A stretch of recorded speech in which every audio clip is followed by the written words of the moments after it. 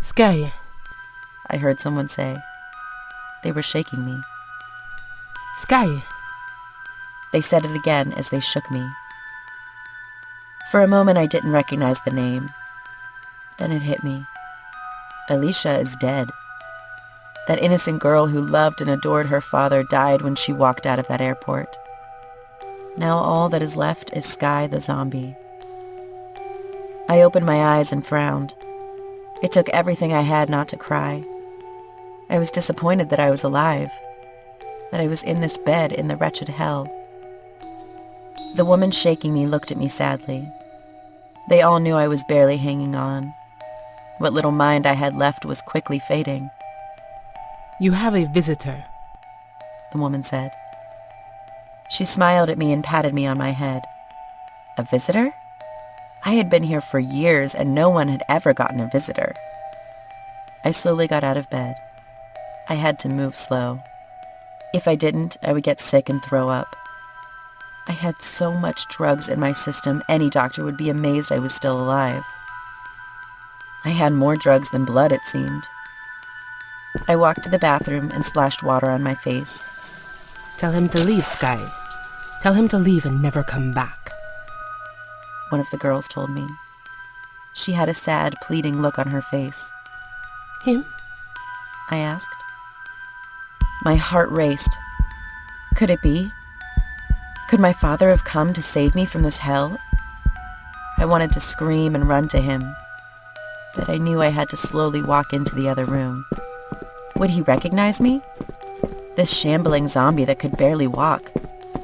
I knew my face and arms were scarred and scabbed where I had been picking at my flesh. I walked into the other room and saw him sitting on the couch. He stared right at me and did not recognize me. That broke my heart into a million pieces. Of course it was not his fault. I wanted to be his little girl again and run into his arms. He probably worked very hard to save up enough to get a visa to see me. Abby? I said. My voice was barely a whisper. My father looked old and tired.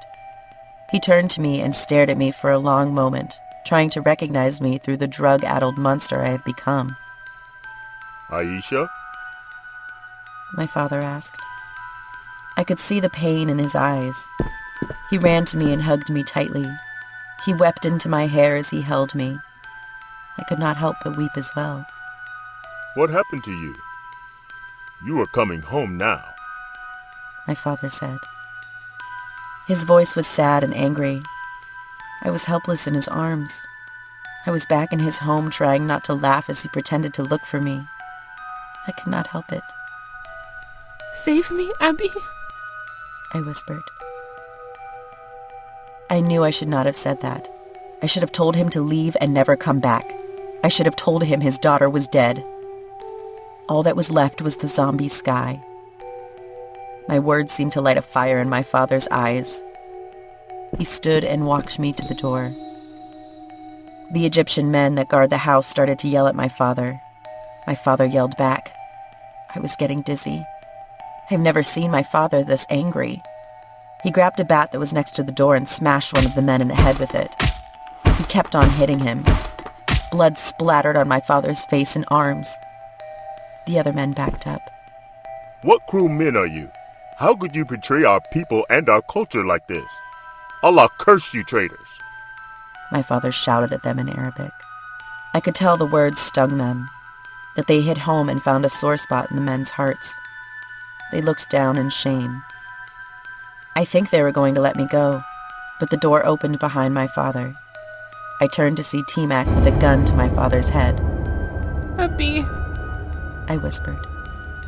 He locked eyes with me. I think he knew he was dead. He didn't want the last thing he looked at to be that black demon, T-Mac. La ilaha illallah Muhammadur Rasulallah, my father said. He smiled at me. His eyes were warm. I was his little girl again. I didn't see T-Mac pull the trigger or hear the gun go off. The side of my father's head exploded, and his body fell limp to the floor. This is why we don't get fucking visitors, T-Mac shouted. He looked at the dead man that my father killed and shook his head. It was a waste of money and investment for him. You're gonna pay for this, bitch, T-Mac said. He kicked my father's dead body several times, then walked over to me and beat me until I passed out. I blamed myself for my father dying. Why did I have to ask him to save me? What did I expect my father to do? He did what any loving father would do for their child. He tried to save me. He died for me. He could still be alive right now if I had not whispered those words to him. If I had let go of Alicia and my father a long time ago. I wept for weeks after T-Mac murdered my father.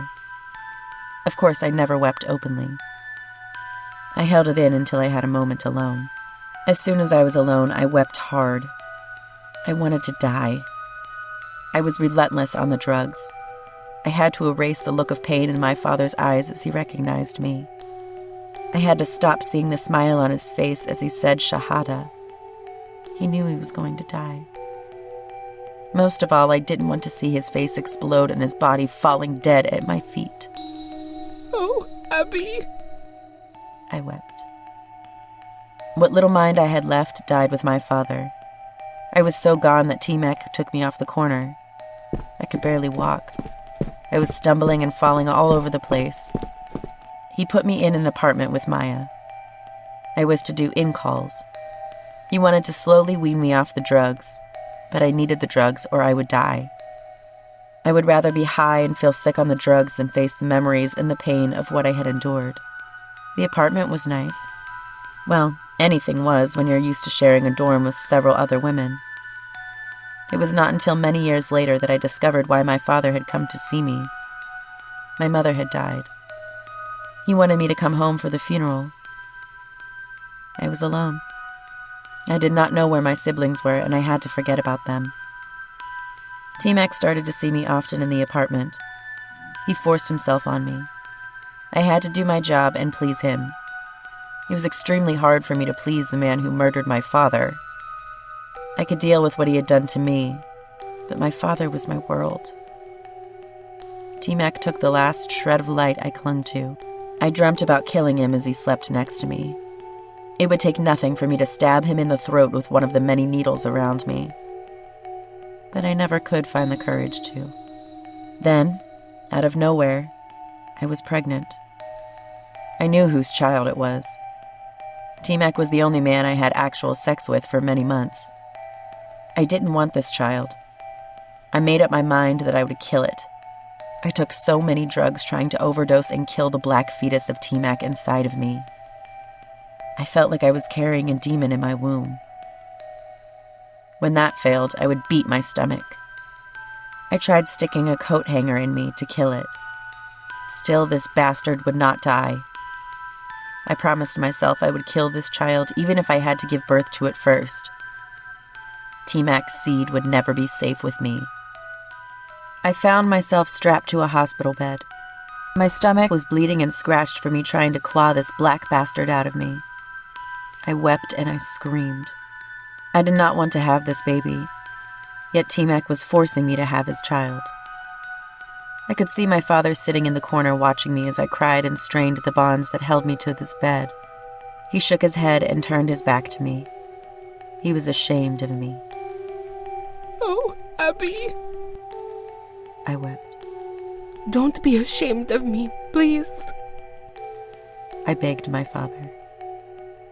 Of course, my father was not there, but my mind was so far gone that I saw him there. There was a small part of me that fought to cling to sanity. That small part of me was screaming, trying to remind me that my father was dead and that I was losing my mind. T-Mac would come in the room when I was screaming too much and inject me with something. I don't know what it was, but it calmed me. I felt the same high that I did years ago when the women held me down in that dorm room and injected me with what seemed like the same thing. T-Mac rubbed my stomach. It's a boy, Sky. I'm having a son, T-Mac said. He seemed lost in that thought. I wondered what made this son so special. I knew I could not be the only woman he had raped and forced to have his kid.